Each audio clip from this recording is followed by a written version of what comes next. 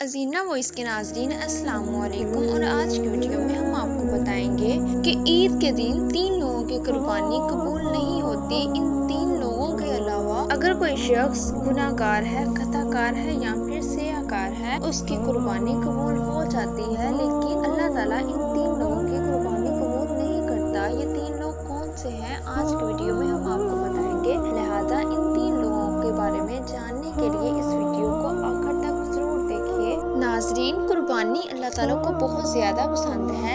जैसा कि हमारे नबी हज़रत मोहम्मद सल्लल्लाहु अलैहि वसल्लम ने फरमाया कि कुर्बानी वाले दिनों में अल्लाह ताला को पसंदीदा अमल कुर्बानी का लगता है। और जब ईद के दिन जानवर को कुर्बान किया जाता है तो उसकी खून की एक बूंद जमीन पर गिरने से पहले अल्लाह ताला उसकी कुर्बानी को कबूल कर लेता है। जैसा कि एक दिन सहाबा कराम रज़ी अल्लाह ताला अन्हु ने कहा कि या रसूलल्लाह सल्लल्लाहु अलैहि वसल्लम कुर्बानी क्या है? तो आप सल्लल्लाहु अलैहि वसल्लम ने फरमाया कि ए सहाबा, कुर्बानी वो है जो कि तुम्हारे बाप दादा हज़रत इब्राहीम अलैहिस्सलाम की सुन्नत है। फिर सहाबा कराम ने कहा कि या रसूलल्लाह कुर्बानी करने का अजर सवाब क्या है, यानी कि कुर्बानी करने से हमें कितना अजर सवाब मिलेगा? तो आप सल्लल्लाहु अलैहि वसल्लम ने फरमाया कि तुम लोग जिस जानवर पर कुर्बानी करते हो उसके बाल के बदले तुम लोगों को सवाब मिलता है, उसके एक बाल के बदले तुमको एक नेकी मिलती है। तुम्हारा जानवर जितना ज्यादा बड़ा होगा उतनी ज्यादा तुमको अजर मिलेगा।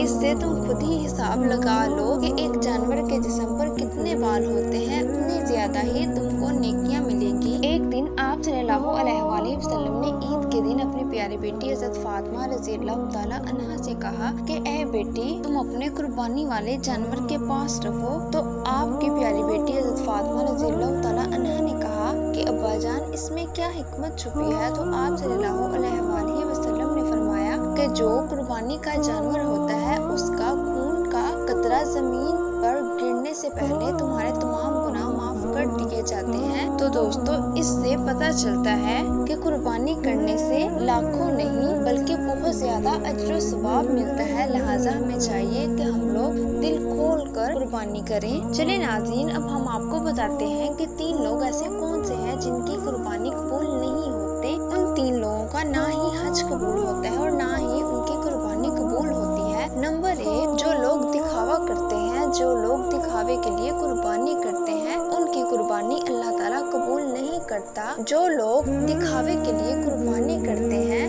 उनका अल्लाह ताला तक ना तो खून पहुँचता है और ना ही गोश्त, क्योंकि अल्लाह ताला तो सिर्फ इंसान का तकवा देखता है। इबादत की रुख तो सिर्फ तकवा है। क्योंकि कुछ लोग दिखावे के लिए भी कुर्बानी करते हैं कि लोगों को बढ़ा चढ़ा कर बताते हैं कि हमने तो ये जानवर इतने में खरीदा है सिर्फ इसलिए कि लोग कहें कि वाह कितना प्यारा है। दिखावे की कुर्बानी को अल्लाह ताला कभी भी कबूल नहीं करता। अल्लाह ताला ने वाज़ेह तौर पर फरमाया है कि जो तुम कुर्बानियाँ करते हो उसका ना तक खून पहुँचता है और ना ही गोश्त पहुँचता है, तो सिर्फ तकवा। अल्लाह ताला तुम्हारे दिलों के तकवा को देखता है कि किस कदर खुलूस से कुर्बानी की जाए। लिहाजा कुर्बानी दिखावे के लिए ना की जाए बल्कि खालिस अल्लाह की रज़ा के लिए की जाए। नंबर 2, हराम माल से खरीदा हुआ जानवर। जो शख्स हराम माल से कुर्बानी करता है उसकी कुर्बानी भी अल्लाह ताला कबूल नहीं करता, क्योंकि हराम माल पर शैतान हर वक्त थूकता रहता है। इसलिए अपनी औलाद को हराम माल मत खिलाओ, क्योंकि हराम माल तुम्हारी औलाद की आंखों से हया छीन लेगा। हराम माल तुम्हारी औलाद को बेहया बना देगा और हराम माल अल्लाह ताला को बहुत ही ज्यादा नापसंद है। इसीलिए हराम माल से खरीदा हुआ जानवर भी अल्लाह ताला को बहुत ज्यादा नापसंद है और हराम माल से खरीदे हुए जानवर की कुर्बानी अल्लाह ताला कबूल नहीं करेगा, क्योंकि अल्लाह ताला हराम माल से खरीदा हुआ जानवर नापसंद करता है। लिहाजा ऐसी कुर्बानी का भी कोई फायदा नहीं। इस तरह कुर्बानी करने से कोई भी सवाब नहीं मिलेगा।